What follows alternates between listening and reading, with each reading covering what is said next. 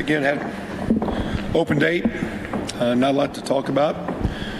A couple practices, a lot of guys got some heel time, some young guy work. Same time with 2 open dates later in the year, a little different mindset. So I think we did okay. You had some work last night. Not having a game to review, so we had some work last night, got off to a good start.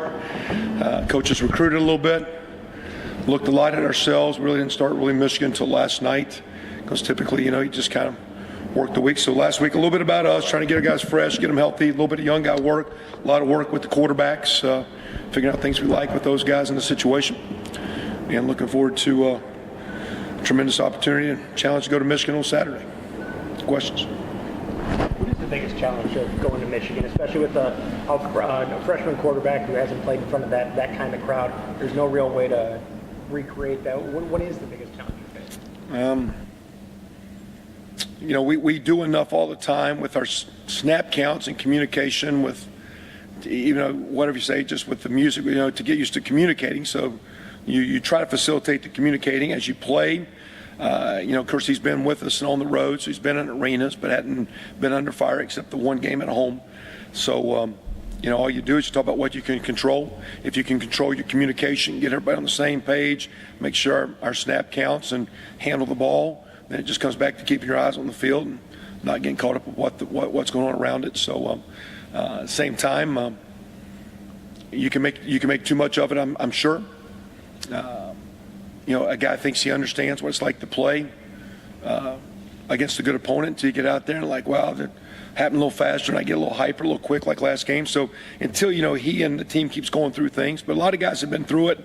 He'll just have to manage it. We'll have to put him in good situations best we can. But he'll have to manage some things. Ebb and flow, good and bad. I'm sure he'll have some poor plays. He's got to manage it. I'm sure he'll do some good things and don't get too hyped up. So bottom line, we'll just put our plan together, talk about what we can control, and put him in a good situation, go play. What did you like about the way your team approached the bye? Well, again, we came in Sunday after the last game and looked at really just what, we thought we could address or look at from a video standpoint. Didn't really physical work. We did our physical work on Tuesdays, Wednesdays, and Thursdays. Had one long, good practice day. The rest of the time was some lifting and some installation, instruction, walkthrough, not as physical as stuff. And then last night, typically when we don't have a hard practice, we had a pretty good go. So, we had talked in advance of the thought process. The guys had a couple days based on their academic schedule. We didn't do anything Friday except classes. Saturday was off, so if you're local, you had a chance to get home. I know some guys want to see some family members that hadn't been home in a couple months because we kept them here the first open date. It was so early. So the first open day was like a work week. This was like a little bit of a get fresh week for the 5 weeks remaining. We got a lot in front of us with a trip to Michigan, Penn State coming here, our first trip East Coast to New York, going to Columbus, and then finish with the bucket game. So there's a lot of football to play. We talked about that, showed them that, just had our thought process and getting ready to have as good a week as we can for our Michigan prep. Where are you guys from an injury standpoint? Nothing has changed.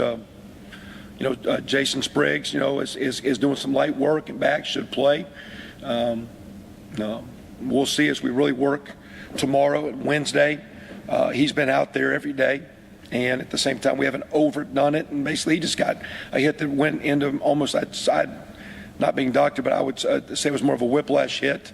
Wasn't a concussion, wasn't really, stinger, nerve related, just some spasming in the upper shoulder. So I think he'll be fine. Everybody else is pretty good.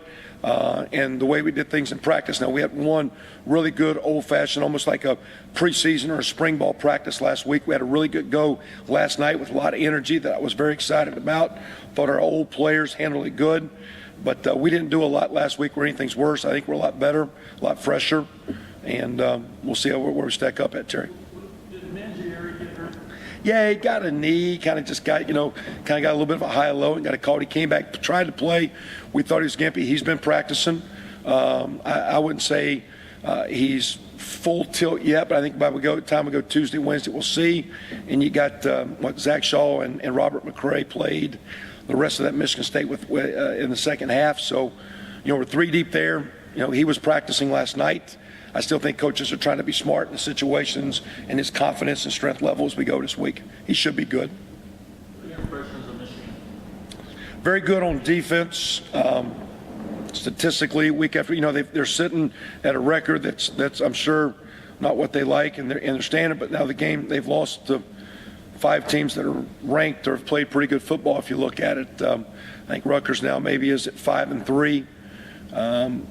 They beat Penn State at their place, but you used to lose to Utah, that's rated. Notre Dame is rated. Michigan State's been playing awfully good.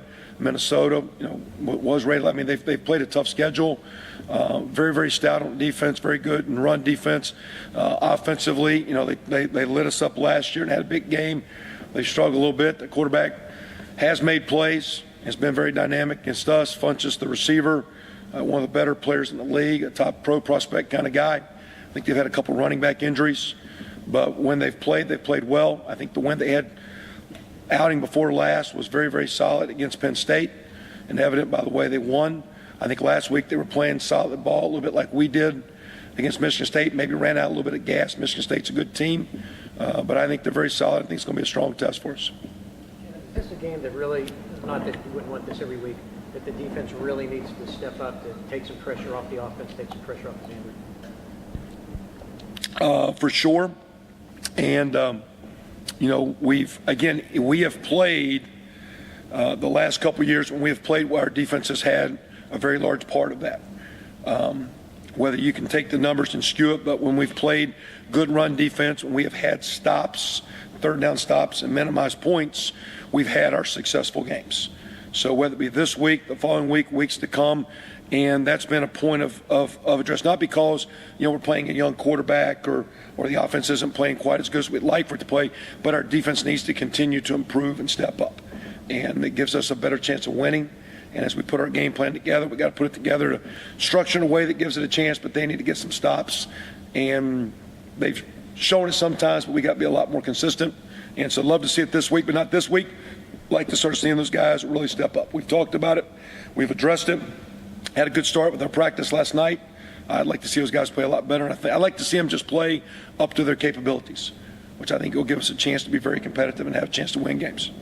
Is the quarterback open competition, or are you still pretty much committed to Xander to start at Michigan? I guess he maybe goes out there first unless we have a poor week. But I don't know, again, if there's ever a point where, anyone's got anything, ironed up. So, David, I wouldn't say it's, like he's, he needs to play well.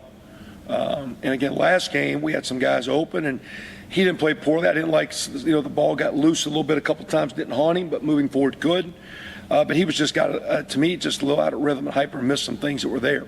So we've worked, even though the team didn't do a lot, we actually did some extra stuff with our quarterbacks to just try and increase their time on task, their rhythm, their meeting time, et cetera, without, falling within the guidelines. But, for example, the kids had Friday off and Saturday off, but, I know the young quarterbacks actually got a little bit of work, just kind of keep them moving along just with some fundamental stuff. So we'll see. I mean, right now, it's not his job to lose, but it's his job to play better and help us win. How important was the bye week for him in particular, just so he could wrap his head around and have a little rest, wrap his head around position? Yeah, this, next year we'll be on a 13-week schedule. If one bye, this year it's 2. I think, we had talked a lot with our team that this week was weeks ago. It's set up to be a week to try to get us a point to finish strong because we thought the last 5 games would be critical to our season. The road trip this week, Penn State coming in, 2 more road trips and a bucket game. So we kind of targeted weeks ago that last week was a key week to get our football team physically and mentally right. Now, some things have always happened with whatever injuries that you happen to overcome. So we're at a different place with the quarterback deal. So maybe we've heightened, his awareness or urgency, or not him, just Nate, Danny, Cameron, all the guys we're working at. Because, again, we got to play well at that position. At the same time, they will play well when the supporting cast plays better. Each game, we've had 1 or 2 drops that have been big play drops. We've had scoring opportunities. We've had defensive opportunities with some picks and turnovers. We've let them off the board. So the team's got to play better for the quarterback too. So it's not just about Xander playing better. Those quarterbacks always look good when the team plays well, and we're going to need the team to pick it up. And if that being said, then they'll do better. So I think it's not pressure. It's just down the stretch, good teams play better, winning teams play better. We've talked about that early in the year. If we're a good program, we continue to improve, and that's our challenge, to make sure we improve and play our best this week and the weeks to come. Virginia, in 3 weeks ago he didn't think he was going to be playing this year, and now he's the starting quarterback starting at Michigan. For him in particular, just that week to kind of wrap his head around everything he has to do, how important is that? Well, I would trust if a guy's playing here that if he's thinking he's not playing, then he's not helping us win. Because if that's your thought process, then you've got ground you can't make up. So you need to ask him. 3 weeks ago, he thought he was never playing. Because if that's the case, we'd have had him on the scout team and totally up. He was with us. He was traveling. The reps are limited because you got ones and twos. But the thought process all along, it's why he graduated and came here early. I don't think he graduated in January to come here and sit out. So, that'd be a question I guess you might want to address to him, because I don't know what his thought process was, other than ours is, everyone's got to answer the call when ready. And in the first game, I think he got a little bit hyper. Had a great week of practice. We can talk about that. We're blue in the face. You got to go play. Now that he's played, we'll see how we go week 2. It's going to be on the road. That's a different challenge. Another very, very good defense. And again, we're not going to be a team that, we've got to play the field. We got to get the ball in space. We got to get it down the field, in the perimeter. We got to do things we do. You don't change mid-season to be completely different. You emphasize things you can do well, but he's got to throw the ball. He's got to play well. More than that, the protection, the run game, and his receivers and tight ends got to play well, and the defense has got to give him the ball.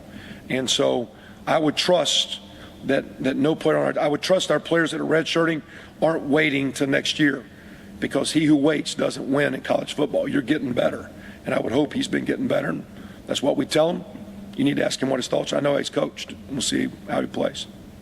Are you not making Xander available to media this week just because you think he's got too much on his plate? Yeah, I don't know. The story on Sanders, he threw for 11 yards. He needs to work instead of talk. Let his play talk. So I'll talk for him. I've heard a lot about Danny Cameron. Is he getting more snaps? Yeah, he's kind of in that role Xander was. He's kind of 3 with Nate. So now, he was on doing some scout stuff. So now he's kind of in the mix to, in that, emergency role per se. He was a guy that we got a lot of extra stuff with in individual and in film time here as we, did a few extra things to try to help those guys. But he's the third behind Nate, and it's just because of time on task. He didn't get as much of the summer. We're pleased with him. We wouldn't have offered him. We offered him because we thought he could help us in case some things happen. So, at the time when the situation happened this summer and all of a sudden we had a voided quarterback, we looked around. We thought that was an option that could help us, and right now he's our third. So he's getting some reps, a lot of individual, a lot more work, a lot more film study, a lot more in the meeting time. He's with the varsity, but it's limited game reps because Xander and Nate need those, just like earlier it was Sudfeld and Covington. So it's a similar role. Pick up things faster? Excuse me? Is his football background help him pick things up? Yeah, quite honestly, there are some things, and that's a good question. Where his comments and conversations show he's been around it, because sometimes he'll actually say something and see something quicker when you're sitting together than Xander or Nate would. So, his dad's a coach. At the same time, I did a little bit with the quarterbacks this week extra. And I had my 2 kids there. My little guy was the center, so he's snapping. Does that mean he's going to be a good center? I don't know. At the same time, as a dad, sometimes you like to be a dad and not coach your kids. So I don't know how much Cam really coached his kids. Sometimes as a coach, be careful you don't force your kids to play ball. You find them. So, he's been around it a lot. He's been around a lot of great players, and he's very, very smart. And at the same time, I think he developed late in high school, and he's developing now. I think there's a lot of physical development he's going through. He's grown. He's getting more mature. He's got a solid football mind for a young guy, but he's young. And to say because his dad's a coach, he's got it all. And really the thing is, you can sit there and watch tape all the time. I always say, I can run it back 20 times and say in a minute what you should have done. But when you're playing ground level, here it is, a view up high. You can see everything. But when you're ground level, and the vision of seeing guys going backwards, forwards, crossing, things coming at you, things going sideways, and to feel and see spaces. Some guys can see that and process that, and you can watch a lot of tape, but you got to have the ability to have that vision on the field. And some guys that are, quote, football smart in a film study cannot see that on the field. And that's the thing, Danny haven't played as much. I know he's a very football smart guy, but his time on task with reps is limited, just like Xander. So what do you see when you're playing? That's a question we ask him all the time that I don't know. Like, what are you seeing and what are you thinking? Are you thinking you're not playing? Did you think the corner, do you think the safety rotated strong? what do you see and what do you think? And when you're dealing with young players, that's just one of our best ways of coaching, is really to understand what they're thinking, what they're seeing, so we can kind of get on the same page. Instead of telling them what to do, you need to understand what they see and think. I think that's a key to coaching that position. Any thoughts about putting cameras on their helmets to get that sense of Yeah, every time I look at that, I've never been a motion sickness guy, but every time I watch a film of them getting their butt around, I almost get like motion sick. Like, I'm not a car sick or air sick dude, but it bounces so much, I don't know how you see things, because the guy's moving around and all that deal. So, we haven't done. There's some guys that do it. A lot of great coaches have. We haven't done that GoPro stuff on the helmet yet. But one of the things we do in practice, even though you might only have one guy throwing, the second quarterback and third quarterback stand behind and they play the play, because I might be 5 yards or 6 yards deep in the quarterback, but I can see things and we can tell right there without a ball, hey, why did you throw? Because he actually throws without a ball. Hey, you're throwing here and the rotation is here. Shouldn't you be going this way? So we try to cheat the system, but I've never been a GoPro guy. I don't know. I start running around. I don't know if you guys ever looked at that. Don't you think it looks it's hard? I mean, it's hard. I think the worst thing to do is to tell the guy what he sees. I'm showing you what I see, but what did you see? And then it's teaching them how to get their eyes where they need to go, and really how to clear clutter out of your mind. What are you thinking? Like a comment after the last game, well, I thought the linebacker, whoa. The linebackers aren't a problem here. We've got them blocked. They're not a concern. They're not a read. Your concern is out here. Why are you thinking? That's clutter. So now I want to eliminate that thought process, because that's wasted info, and that's causing your timing, rhythm, your read to be off, because you're thinking about things that don't exist. Indiana did some nice things for Tevin Coleman this week with putting out some interesting statistics and video and stuff like that. Was that just an opportunity to do that during the bye week? Or? Yeah, haven't we been doing that for several weeks? So it's been like a Twitter going out. I don't know if you guys follow our football stuff, but you guys been twittering out about 4 or 5, 6 weeks the number of stats, number of yards. I think we had a chance with our crew downstairs. I think it was actually our football guys that did the football video that shared, because our video guys do a great job, Joel and Brent and his crowd. So, we just had a chance open date to throw some clips together, but we've been, I think, putting out some stuff, and not only does it go local, but sometimes I know we're doing stuff that goes around to people that look at accolades and honors and kind of keep that moving forward. But I think, we started that, well, and not just for him, we started a year ago with the receivers and things those guys are doing. It's just kind of, we use it a lot in recruiting. So, because everything that we put out public, and it's a public channel, can then be used as a recruiting device. So, I know our guys downstairs are part of our recruiting department. I know we work a lot with our sports information guys, how to tag branding to sell the product and what we're trying to get done. Coach, you mentioned the last 5 games have been critical for you guys, but Michigan's probably thinking the same thing. They're kind of in the same boat, even kind of emphasizing how a win this week could change the direction of the rest of the season. And you're saying that for? Just like if you talk about with the team about how the win could change your direction. Well, no doubt we're sitting at 3 and 4. It's not as good as you want and disappointing. At the same time, we've shown some good things, and there's some other teams that have comparable records that seem to have positive energy. I want to make sure our guys do, and that's what we talked about last night. Like, hey, I can't go backwards and change the result, but we can go forward. When we've played hard, we've been very competitive, we've had some success, and with the games to come, they're going to be difficult challenges, but if you play hard, you got a chance for some success. So I don't think you play hard Saturday just by talking about it with the pregame speech or the night before. At the same time, I don't think we need to over practice, because we got 2-a-days. We've now played 7 games, open dates. This is now the 10th week of the season, not counting preseason. So that being said, what are you doing to create your energy? So, I mean, to me, we haven't won there in a long time. It's a great program that we've not had a lot of success with previously, but it's this team this year, and we're sitting at 3 and 4. They're 3 and 5. They've lost to some great teams. They're prideful. It's a prideful program, a great program. They're going to play their tails off. They always have, always will. We're going to have to do the same thing if we want to step up and start having success. So all we've talked about is a lot to play for, not to feel sorry for ourselves, not to have any excuses about anything.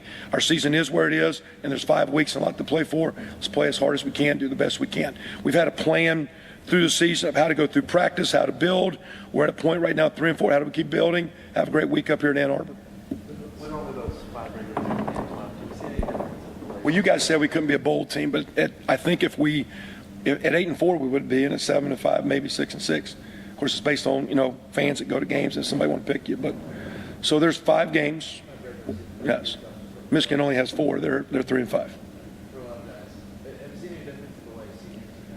I've talked about it because my thing, and I heard a coach say it weeks ago, that as a senior, we're not looking to the future and we're not thinking about the past. We're thinking about right now, this week. And that's what I'm saying for these seniors. Those guys have worked hard and they got 5 weeks and 5 great opportunities.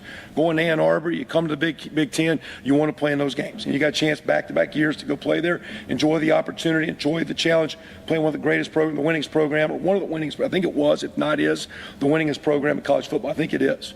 Then you come back and you're playing Penn State.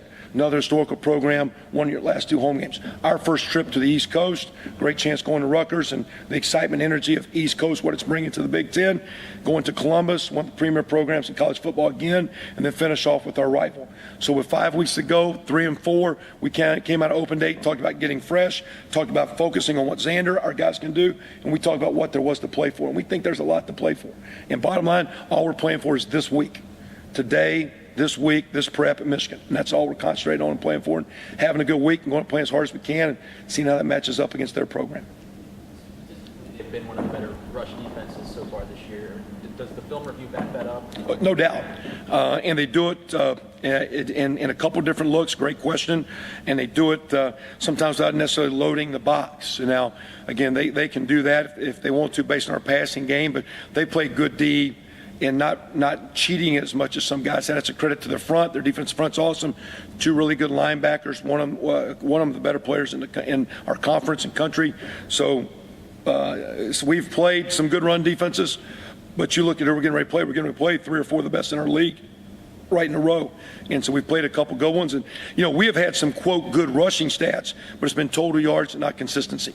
And if you're not consistent in the run game, you get in 3rd and longs. If you get in 3rd and longs, you get off the field. You get off the field, your defense gets tired. And those things kind of, get us not playing the way we need to play. So it's not just running the ball, and these guys are having a run number. It's trying to find some consistency, some first downs and some touchdowns, and keep our defense off the field. And that'll be a challenge. A veteran quarterback with Luke Gardner. When you look at him, what makes him a challenge? Well, he's a very athletic guy, and at the same time as he's played, I think they've tried to pick their spots of when to use him in the run game. Last year a couple times we had him hemmed in, and then we didn't get a hand on him on some 3rd downs and some chances to make some stops. When he gets on in his passing game, he threw for more yards than anybody can ever throw against us last year. So he's played a lot. He's a veteran. He's throwing to one of the premier players in the country and some other good receivers. If their run game gets going, it really makes it difficult because there's anyone they can do both, because his experience at quarterback and a couple of their receivers, if their running game gets going and they can have balance like any offense, they can be very, very difficult. And that's what happened last year. They had a great passing game, but they ran the ball well enough to have the rhythm, and that's a little bit of our problem. Now, can we run the ball consistently enough? Not pop 2 or 3 long runs, but if you run the ball consistently, the box would start to get loaded. You have easy passing. If you don't do that and you're a one-dimensional team, when they've been a two-dimensional team, they've been a very good offense. We're the same way. When we've been two-dimensional and consistent run, we've been okay. And I think that's every offense, that's most offenses in college ball. That's the defensive struggle. And so, again, they've got a much better run defense than we have been. And so, to me, we've ran it on paper a little bit better in yards, but sometimes that's just those big plays. So it's going to be a game of consistency. It's going to be a difficult challenge for us. And, again, with his experience being a 5th-year kid, if he gets rolling, he's one of the better players in our conference at quarterback.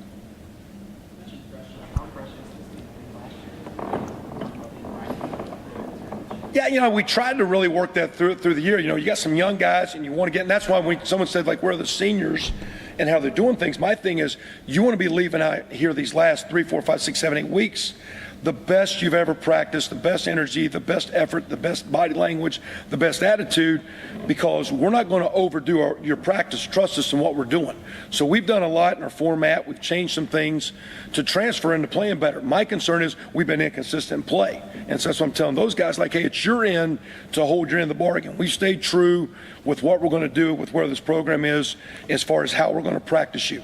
You've got to hold your end of the bargain with not going through the motions in practice, not getting lethargic, not getting stale. So we look very, very hard in the offseason about things to go through summer, things to go through preseason, things to go through season to get these guys right. When we've played good, we've been right. I don't think we've played poorly because we're tired and over-practiced. We haven't changed the routine, anything. And if anything, we're trying to do right now as much as we can in what we call teach periods and schematics lineup versus full go periods. Because I think the one thing we need to do better is when it's game time and full go time, how to play 11 guys fast and flying around. And that's where sometimes I worry that as you practice, don't get lethargic and go through the motions of practice because it creeps into your play. Because you're used to playing at a certain speed in the passing game, your pursuit angles, getting off blocks, staying on blocks, breaking the tackle, whatever. So you don't do full go scrimmages, but we've talked a lot about segments of practice where we ramp it up. And because I thought in that last game, our team got tired, got staled, and we got to figure that out this week moving forward. Anything else? All right, guys.